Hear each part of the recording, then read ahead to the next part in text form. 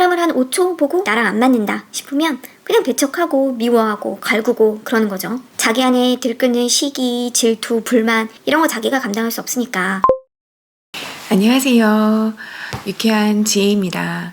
오늘은 사회생활에서의 왕따에 대해서 얘기해 볼게요. 30대 중후반인데 왕따를 시킨다 이런 일 별로 믿기지가 않죠.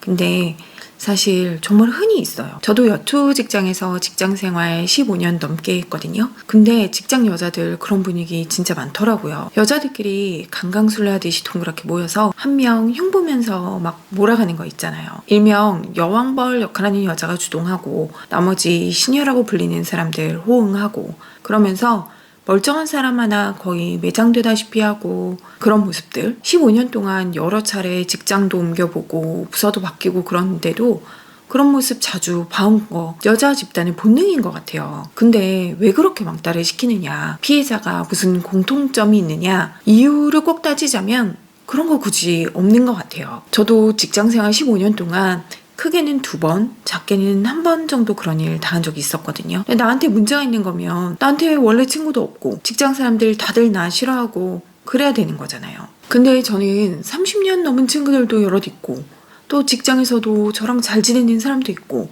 그렇거든요. 그냥 그 왕따 주동자가 여왕벌이 내가 뭔가 미운 건데 그렇다고 내가 또 그 사람 기회에 맞춰서 나를 다른 사람으로 바꿀 수는 없으니까 이유를 굳이 생각을 해보자면 그 가해자 여왕벌이 그 사람이 타인을 보고 뭔가 크게 부딪힌 일 없이도 딱 싫어한다.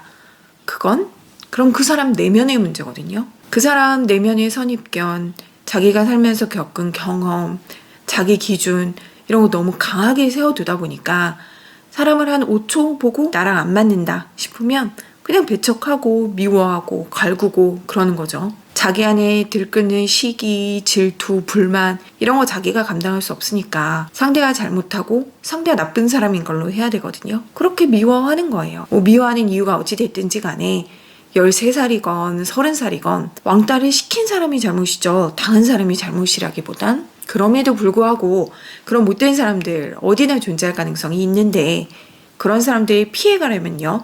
몇 가지 요령 알아두면 그나마 좀 나아요. 첫째, 직장이든 모임이든 어디 가면 처음에는 나를 드러내지 않는 거예요.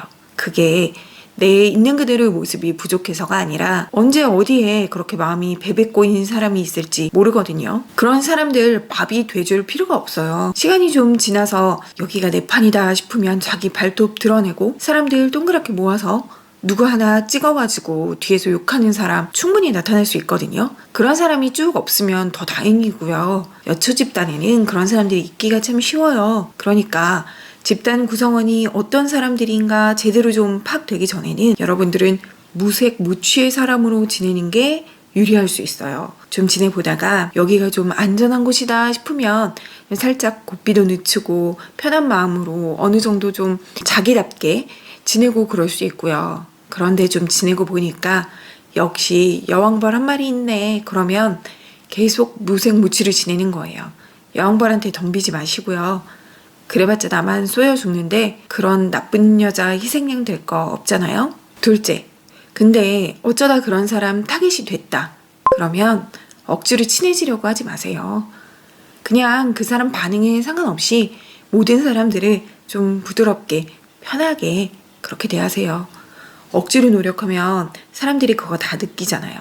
더 부자연스럽고 더 우스워지고 그러면 더 공격받기도 쉽거든요. 그냥 자연스럽게 있는 그대로 편안하게 대하는 게 차라리 덜 공격받는 데 좋더라고요. 셋째, 그렇게 남들 괴롭힌답시고 모여있는 여자들 중에도 은근히 좀 마음 약한 사람 있을 수 있거든요. 사실은 좀 착한 구석이 있는데 전체가 누구 하나 몰아가는 분위기니까 어쩔 수 없이 따라가는 사람 있거든요. 그런 사람이 파악이 되면 어쩌다 단둘이 있게 되거나 할 때 살짝 조금 더 부드럽게 대해주세요. 왕따 주동자 말고 나머지한테는 너무 어색하지 않은 선에서 살짝만 좀 더 잘해주면 그래도 상대 마음이 약간 균열이 생길 수 있거든요.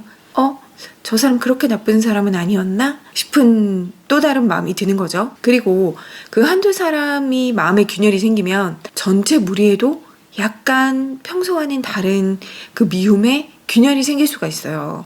사람 마음은 눈에 보이지 않지만 실존하는 에너지라서 분명 그런 역할이 조금 작용할 수 있거든요. 근데 너무 무리하지 않는 선에서 살짝만 노력하는 게 좋을 것 같아요. 넷째, 때를 기다리세요. 가능하면 능력을 키워서 그곳을 벗어나세요. 그리고 그 사람이 스스로 넘어질 때를 기다리세요. 그 사람을 직접 넘어뜨리려고 하면 내 손만 더러워지거든요. 중국 속담 중에 누가 너에게 해를 끼치거든 안갚음을 하려 애쓰지 말고 그저 강가에 앉아 기다려라. 머지않아 그 사람의 시체가 떠내려가는 걸 보게 될지니, 이런 말이 있대요. 사람들 모아서 누구 하나 괴롭히는 게 평생 습관인 사람이 어딜 가든 그 뒤가 곱겠어요. 사실 왕따를 같이 시키고 있는 무리들도 그 주동자를 다 좋아하지는 않을걸요. 아마 다른 회사 사람들도 비슷한 생각할 거예요. 별로 좋은 사람이라고 생각하진 않고 있을 거예요. 그 사람 아니면 미래에 그 사람이 가족이라든지 아니면 그 사람 자식이라도 사실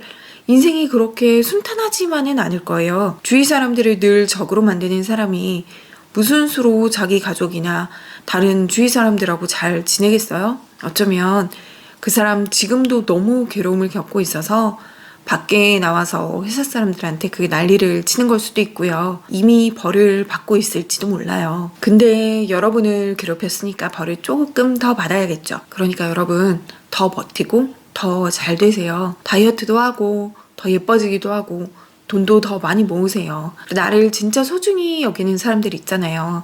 그 사람들하고 더 시간을 보내고 그 관계를 소중히 갖고 가는 거예요. 지금 있는 곳을 떠나서 더 잘 되세요. 결혼도 남부럽지 않게 잘 하시고요. 여러분 잘 됐다는 소문 언젠가 그 사람 귀에 들어갈 때까지 그날을 상상하면서 좋은 마음으로 버티세요. 그래도 기분이 너무 가라앉고 죽겠으면 책도 읽고 좀 몸도 움직이고 마사지도 받고 운동도 하고 하면서 뭐라도 해서 기분을 좋게 유지하세요. 재테크에서 한 푼 두 푼 돈도 모으고 하루에 한 1시간만 10년, 20년 내가 남들과 다르게 살면 더 긴 시간 흐른 후에는 다른 사람들하고 정말 달라져 있을 거예요. 인생 길잖아요. 제가 살아보니까 20년, 30년 정말 훌쩍 지나더라고요. 그리고 그들을 우연히 마주치는 날 통쾌하게 한마디 해주는 걸 상상하는 거예요. 어머, 그때 그분들이시네요. 계속 친하게들 지내시죠? 이런 식으로요. 근데 그렇게 칼 가는 마음을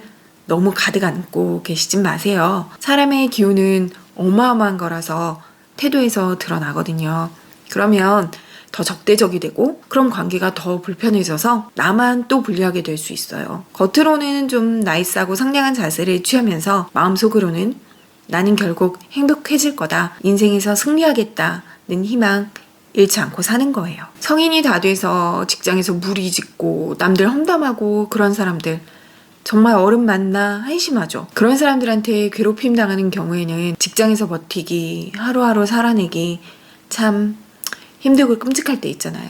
나한테는 세상이 회색빛 같고 죽고 싶은 일인데요. 또 사실 많은 사람들이 지금 이 시간도 경험하고 있는 일이더라고요. 그러니까 그게 변하지 않는 사람들 속성이고 또 세상인 거예요. 그러니까 여러분 너무 힘들고 고통스럽겠지만 그게 마음에 남아서 상처로 오래 남기는 일은 정말 없었으면 좋겠어요.